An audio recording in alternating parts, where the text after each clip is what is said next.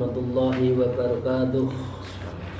A'udzubillahi minasyaitonirrajim. Bismillahirrahmanirrahim. Alhamdulillahilladzi hadana lihada wa ma kunna linahtadiya laula an hadanallah.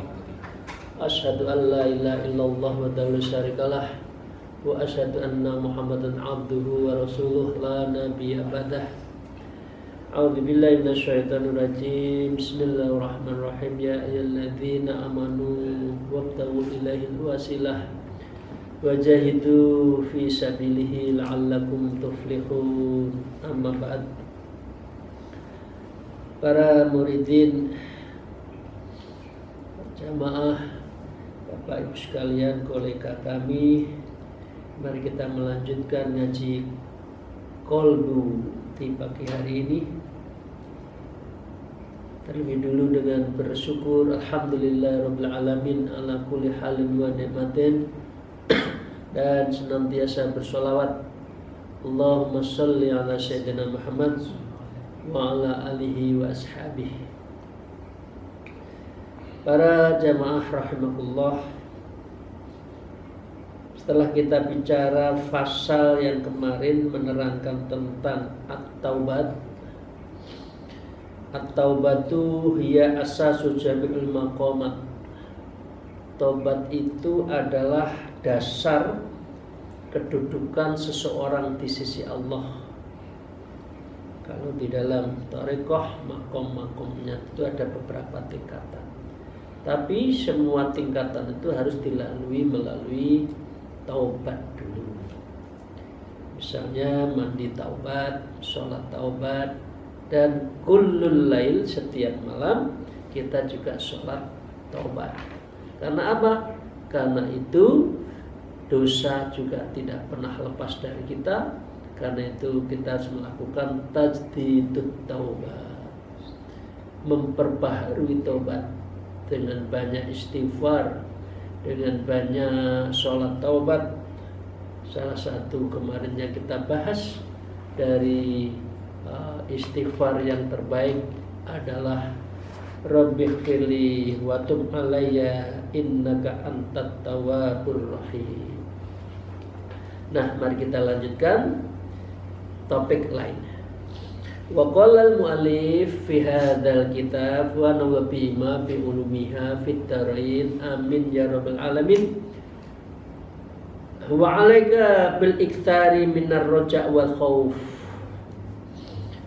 Maka hendaklah pastikan diri kita memperbanyak ar-raja wal khauf, harapan dan takut kepada Allah. Li'annaha min asrafi thamaratil yakin, karena dua hal ini adalah sebuah bagian dari keyakinan i'tiqad kita. Singkat kata, ar-raja adalah berpengharapan pada Allah sesuatu yang baik di dunia, di akhirat.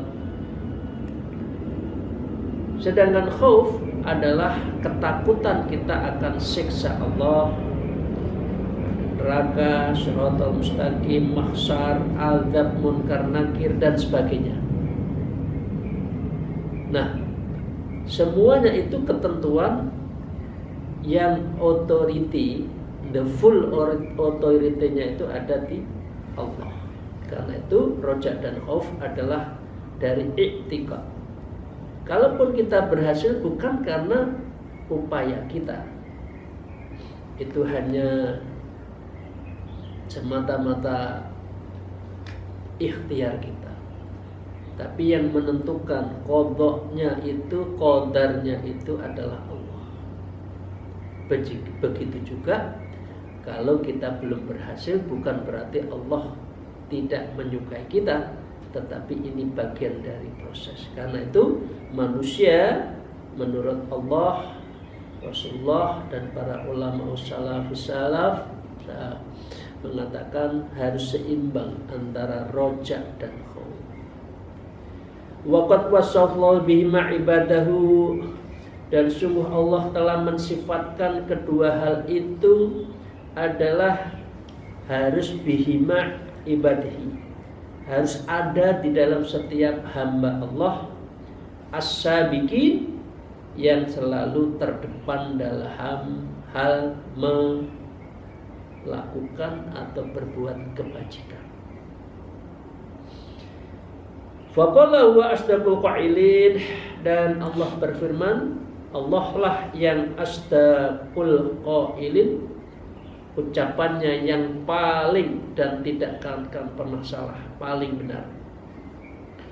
Belum berfirman, ulaikal ladzina yad'una yabtaghuna ila rabbihimul wasilah ayyuhum aqrabu wa yarju rahmatah wa yakhafuna 'adzabah inna 'adzaba rabbika kana mahdhura.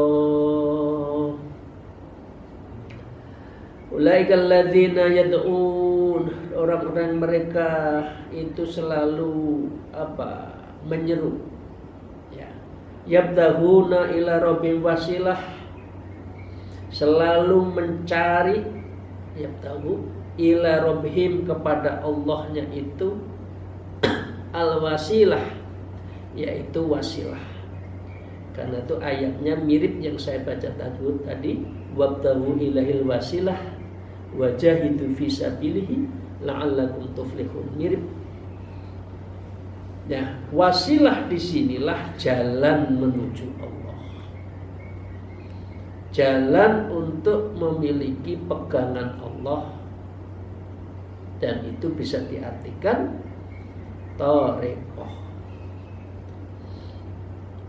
Tarekoh, dan diantaranya prosesnya adalah suluk ilallah. Suluk dalam arti uzlah, yang semuanya itu diperuntukkan untuk mendekatkan dan menuju Allah Subhanahu wa ta'ala. Orang yang al-wasilah ila rabbihim, mencari jalan menuju Allah, ayyuhum aqrabu wa yarjuna rahmah, inilah di antara mereka yang lebih dekat dengan Allah.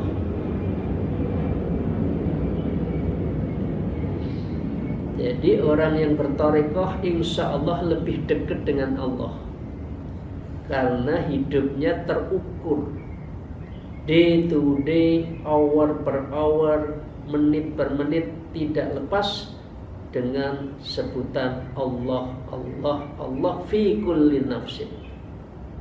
Nah, kalau sahayhum aqrab, dia sudah aqrab, lebih dekat Allah, wa yarjuna rahmatah, dan orang ini pantas untuk berharap rahmat Allah. Rasulullah mengatakan, saya tidak masuk surga karena saya, amal saya, tapi saya masuk surga karena rahmatullah. Ketika ditanya oleh sahabatnya, termasuk engkau ya Allah ya maksud? Iya, saya masuk surga, wala ana, termasuk saya masuk surga bukan karena saya, tapi karena rahmat Allah. Wa yakhafuna 'adzabahu, dan orang yang paling takut terhadap azab Allah, inna 'adzaba, sesungguhnya azab Allah, rabbika, yang dari Allah itu, kana mahdzuran, harus sesuatu yang ditakuti. Jadi gradasinya Bapak Ibu sekalian, ikut tarekoh baru aqrabullah, artinya muqarrabah, muraqabah, ya, muqarrabah, baru yarjullah, berharap pada Allah. Nah, kalau sudah seperti itu, maka inilah jalan yang terbaik, la'allakum tuflihun, agar kita menjadi orang yang menang, orang yang beruntung, orang yang dapat bekal yang banyak untuk menuju Allah. Jadi Bapak sekalian, tarekoh ini bukan karangan dari orang per orang, tapi ini adalah betul-betul punya dasar di dalam Al-Quranul Karim. Kalau tidak tarekoh, nanti kedunian terus, lupa, pekerjaan tidak akan ada habisnya, urusan dunia tidak akan ada habisnya. Wa qala Rasulullah sallallahu alaihi wasallam, qala Allah Ta'ala, dan telah bersabda Rasulullah sallallahu alaihi wasallam, dan ini didasarkan dari firman Allah, anna 'inda dhanni 'abdi bi falyadhunnu bi masya. Aku menurut prasangka hambaku kepadaku, maka silahkan ia berprasangka kepadaku semaunya. Kalau suudzon dengan Allah, ya udah akibatnya. Tapi kalau husnudzon dengan Allah, insya Allah hidup kita itu selalu dalam arahan, dalam keadaan surut, ya, dalam taj, dalam mahkota, dan arah yang diberikan oleh Allah Taala. Karena itu, Bapak Ibu sekalian, kalau kita dzonnya baik kepada Allah, insya Allah Allah akan memberi jalan yang terbaik. Kalau kita suudzon, dikasih rezeki grundel, seberapapun grundel, isinya iri dengan manusia yang lain, maka disitulah awal dari suudzon, dan Allah akan mengembalikan pada dzonnya, prasangka yang kita lakukan. Wa qala subhanahu wa ta'ala wa izzati, dan berfirman Allah subhanahu wa ta'ala, wa izzati, dan demi kemuliaanku, la azma'ala abdi amnaini, tidak akan menyatu di dalam hambaku dua rasa aman, dua rasa, yaitu amnaini wala khofaini, rasa aman dan rasa takut. Jadi orang tidak boleh merasa aman, oh amal saya banyak, oh celengan saya, tabungan saya dalam hal akhirat banyak. Pertanyaannya, Bapak Ibu sekalian, kenal tos dengan malaikat Raqib? Sudah dibisikin, Ibu, Bapak, panjenengan surplusnya sudah berapa miliar amal kalau dibandingkan dengan yang defisit, yang jelek. Kan tidak ada manusia yang kenal dengan Raqib, yang dibisiki oleh Raqib, tidak ada. Karena itu kita tidak boleh merasa aman, wala khofaini, dan juga tidak boleh merasa takut, karena Allah itu selalu menebarkan rahmatnya. Selama dia mau memohon pada Allah, astajib lakum, aku akan ijabah. Kalau dia mau mau taubat, aku akan ampuni. Jadi disinilah Allah tidak suka kepada orang yang putus asa. Wala tai'asu mir rohillah, janganlah engkau putus asa dari rahmat Allah. Kalau di atas jangan sombong, kalau sedang di bawah jangan sedih hati. Wala tahzan innallaha ma'ana wallahu ma'akum ainama kuntum. Jangan sedih, saya bersama kamu, karena Allah itu bersama Anda, bersama kita dimanapun berada. Inna huwa aminani fit dunya. Jikalau kita merasa aman di dunia, akhaftuhu yauma ab'atsu ibadi, maka aku akan buat engkau takut saat aku bangkitkan hambaku di akhirat nanti. Jadi jangan sombong. Kita nggak boleh sombong di dunia, merasa sok alim, sok ulama, sok dzuriyah, sok tokoh. Nggak boleh, nggak boleh. Karena akhaftu yauma ab'atsa ibadi, justru nanti di akhirat akan diberi ketakutan. Takutnya itu azab itu bisa di yaumil akhir. Sebaliknya, wa in huwa khafani fit dunya, dan jikalau kita merasa takut kepadaku di dunia, amantuhu yauma ajma'u ibadi, maka aku akan beri keamanan pada hari aku mengumpulkan para hamba-hamba itu. dimaksa. Karena itu di dunia ini adalah tempat kita takut, khauf kepada Allah, takut untuk menjalani maksiat, takut meninggalkan ajaran Allah, takut berbuat maksiat, takut berbuat dosa. Nah, kalau di dunia seperti ini, karena dalam pandangan orang ulama, ad-dunya jifatun, dunia ini adalah bangkai yang diperebutkan. Karena itu, maka dunia ini adalah penjara bagi umat hamba yang mendekatkan diri pada Allah. Boleh senang di dunia, maaf, tapi jangan bersenang-senang. Boleh makan, tapi jangan bermakan-makan. Sedikit makan, bukan sedikit makan. Jadi banyak, tidak boleh tidur banyak, tapi jangan sedikit-sedikit tidur. Atau sebaliknya, janganlah engkau sedikit bicara. Sebaiknya engkau sedikit bicara, jangan sedikit-sedikit bicara, karena nggak boleh bersenang-senang di dunia itu, tidak boleh.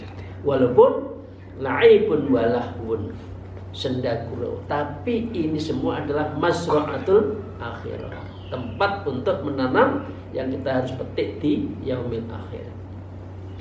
Warroja, artinya ini pengertian ar-roja, berpengharapan pada Allah, adalah ma'rifatul qalbi sya'ata rahmatillah, yaitu pengetahuan yang ada di dalam hati kita tentang luasnya rahmat Allah, wajudihi, dan kedermawannya, wa azimi fadlihi, dan besarnya anugerah Allah.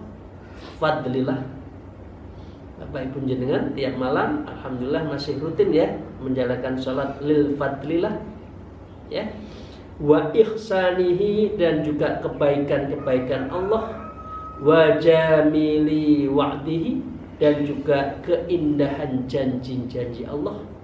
Orang yang baik masuk surga, orang yang ibadah dia akan mendapatkan min haitsu la yahtasib, mendapat rezeki yang tak disangka-sangka. Liman amila bi ta'atihi, bagi orang yang berbuat dan mentaatinya. Itu pengertian roja. Jadi kita berharap rahmatnya, berharap kebaikannya, berharap tentang janji-janji Allah, la tuflihul mi'at, yang tidak pernah ingkar janji Allah.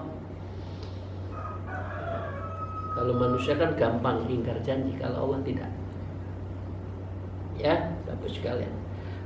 Fatawalladu min hadil ma'rifati halatu farah, maka akan terlahir dari ini adalah ma'rifatullah halatul farih, dan isinya adalah orang itu dalam keadaan gembira. Orang yang roja itu selalu gembira, tidak pernah takut terhadap masa depan hidupnya. Rezeki sudah dibagi oleh Allah. Rezeki yang di dalam kitab Minhajul Abidin ada 4 rezeki kan? Rezeki yang maksumun, yang telah terbagi, rezeki yang endorse ikhtiar, rezeki yang dijanjikan, dan rezeki karena permintaan. Nah, itu ada 4 rezeki, semua sudah dipersiapkan oleh Allah. Nah, dengan demikian dia akan gembira. Orang-orang yang ar-roja tusamma roja, itu semua disamakan roja.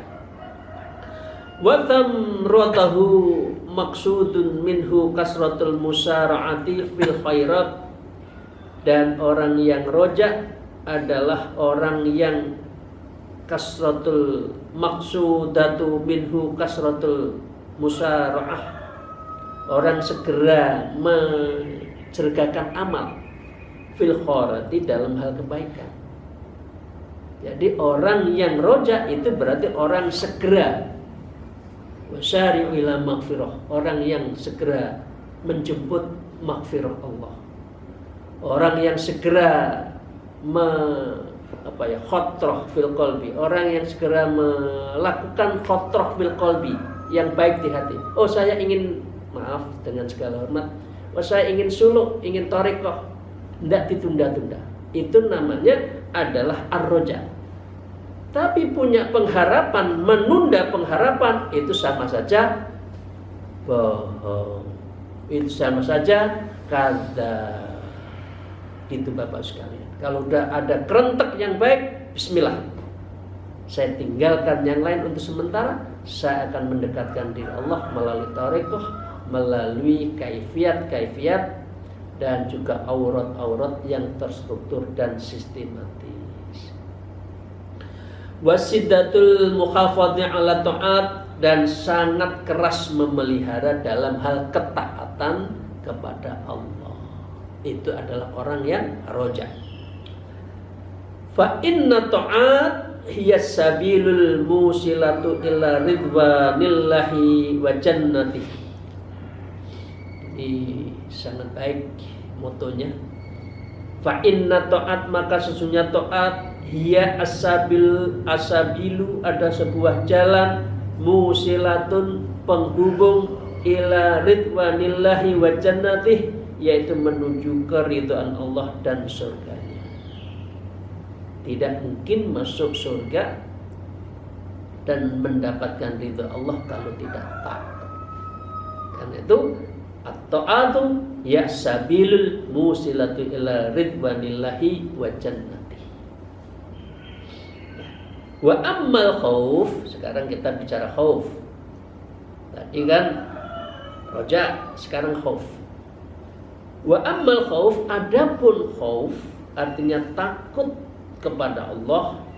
Fa asluhu ma'rifatul qalbi bi jalalillahi ta'ala, yaitu pengetahuan di dalam hati, ma'rifatullah, terhadap ma'rifat hati, bijalalillahi ta'ala, dengan tentang keagungan Allah Ta'ala. Tahu Allah itu sangat agung.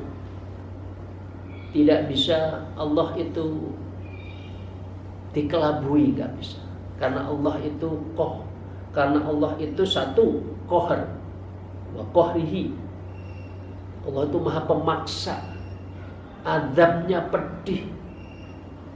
Ya, wa ghinahu, dan Allah tidak ada kebutuhan an jami khalqi, terhadap semua makhluknya. Jadi kalau kita berdoa, yang butuh kita, sholat yang butuh kita pada Allah, sholat malam, doa, nangis, yang butuh kita, bukan Allah. Karena Allah itu adalah sudah maha agung, maha mulia, dan maha segalanya. Nah, orang yang khauf itu juga wasadidi iqabah, dan tahu terhadap sadid, beratnya, iqabatin, ancaman dan azab Allah, wa alimil azabihi, dan pedihnya siksaan Allah, alladzina tawa'adda bihima man asah, yang kedua itu Allah telah mengancam dengan kepada orang asahu, orang yang mendurhakainya, wa khalafal amruhu, dan orang-orang yang menentang perintahnya. Kamu deket dengan saya, menjauh. Kamu doalah, tidak mau. Sholatlah malam, tidak mau. Itu bagian dari wa khalafati amruhu, orang yang menentang perintah Allah. Loh, ngono kok Mbak njaluk surga? Begitu loh minta surga. Begitu loh hidupnya ingin enak. Kalau nek donya itu ngelawan terus ya. Kon salat malam ra gelem maca Quran ogah-ogahan, ya. Masuk thariqah itu tarsok, Ntar besok, masih ini, masih itu, sihni, sihtu. Betul nggak Bapak Ibu sekalian? Sihni, sihtu, masih ini, masih itu. Ya Allah, kata Allah, kamu itu tak senengi kok orang ngerti kowe iki. Aku itu seneng loh karo kowe, kira-kira gitu, kata Allah. Loh, kamu itu kok malah menjauh? Kamu kok menyenenginya aku ciptakan, donya itu penciptaan lo, kowe itu kok sing disenengin donya, ciptaanku, kok bukan nyenengin saya, kata Allah. Itu manusia ya. Itu manusia. Menyenangi ciptaan Allah, bukan menyenangi Al-Khaliq, Allah yang Maha Pencipta. Ya, jenenge menungso. Lah wis ana kepentingan tuh lali kabeh. Nggih napa nggih? Nggih. Moga-moga kita tidak ya. Moga-moga hati kita futuhul qulub. Allah membukakan hati kita. Allah mengiring hati kita kepada jalan yang benar, jalan pada Allah Subhanahu wa ta'ala. Kita lanjutkan sedikit Bapak Ibu sekalian. Fatabalatu min hadil ma'rifah halatu wa jallatu samal khauf. Maka orang yang takut seperti itu dari pengetahuan tadi, dari ma'rifatul qalbi itu, maka ini dinamakan dengan khauf, tusammal khauf. Wa thamratul maqsudatu minhu tarkul ma'asi. Orang yang takut berarti adalah orang yang mensegerakan meninggalkan berbagai maksiat, tarkul ma'asi, wasiddatul ihtirazi minha, dan sangat ketat menjaga diri agar tidak berkubang dengan urusan maksiat dunia dan lain sebagainya. Wa fadul maqsud bin tarkul ma'asi ya tadi, dan kita harus kuat menjaga itu. Fa innal maksiat karena sesungguhnya maksiat maksiat itu at-tariqatu, jalan, al-musilatu, penghubung, ila syuhtilah, kepada kemurkaan Allah, wa daril uqubatihi, dan negeri siksaan Allah Subhanahu alias neraka. Jadi kalau banyak maksiat, ya sudah siap-siap untuk masuk neraka. Wa kullu raja'in la yahmilu ala fi'lil muwafaqat. Dengan sikap roja yang tidak mendorong untuk mengerjakan kebaikan. Wa kullu khaufin la yahmilu ala tarkil mukhalafah. Orang yang setiap khauf la yahmilu, maka dia tidak mendorong ala tarkil mukhalafi, untuk meninggalkan berbagai maksiat. Artinya kalau orang roja, maka dia berperilaku penuh dengan ibadah yang terukur. Tapi kalau dia khauf, dia adalah menjaga betul sekuat tenaga terhadap amalan-amalan yang menjerumuskan terhadap kehidupan yang sangat bahaya. Itu ya Bapak sekalian. Ma'dudani inda arba'il basyair, maka dua sikap itu dianggap adalah apa? Inda arbabil basyair. Orang yang mempunyai roja dan khauf itu hanya pemilik arbabil basyair, yang memiliki mata hati. Jadi ada qalbun, ya, ada fuad, ada sudur, ada basair, ada basirah. Itu tingkatan di dalam hati. Itu maaf saya tidak menerangkan bedanya hati, bedanya fuada, bedanya dengan sudur, bedanya dengan basair pada saatnya.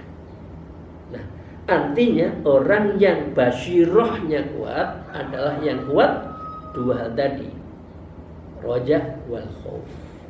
Min turahati wasyahwat, termasuk dari kebohongan-kebohongan, wasyahwat, dan hasrat-hasrat, allati la khasila laha, yang tidak ada hasil baginya, wala ta'ila tahtaha, dan tidak ada keuntungan di bawahnya. Jadi hanya dua ini kunci orang selamat itu, dua, roja dan khauf. Paragraf terakhir, li'anna man roja syai'an, karena itu wahai kita semua jamaah ngaji kolbu, siapa saja yang berharap terhadap sesuatu, artinya roja wal khauf, talabahu, segera cari, segera lakukan. Sudah ada kerentak ingin suluk, segera lakukan. Karena Allah tidak tahu dan Allah tidak memberitahu kapan kita akan dipanggil. Ini dikatakan kalau Anda menghendaki, ya tadi wabtahu kita menuju wasilah tadi, ayyuhum aqrabu, dan kita ingin dekat dengan Allah, wajaju rahmah, dan kita mengharap rahmat Allah, maka kesimpulannya tolabah, segera lakukan, jangan ditunda-tunda. Wa man khaufa syai'an, dan siapa saja yang takut terhadap sesuatu, haraba minhu, maka ia akan kabur sesuatu tersebut. Dunia ini kok terus menghalang-halangi saya menjadi orang baik kok. Maka dunia itu harus disamping. Seperti kita ibu-ibu yang punya anak kecil itu umur berapa bulan ya? 2 tahun ya, fi amain ya, 2 tahun, lebih dari 2 tahun harus belajar disapih. Panjenengan juga seperti itu, umur 60 70 disapih. Sudah, jangan terlalu urusan dunia, ya. Subhanallah, ya, haraba minhu, maka harus kabur, harus disapih. La mahalatan, maka itu pasti tidak bisa tidak.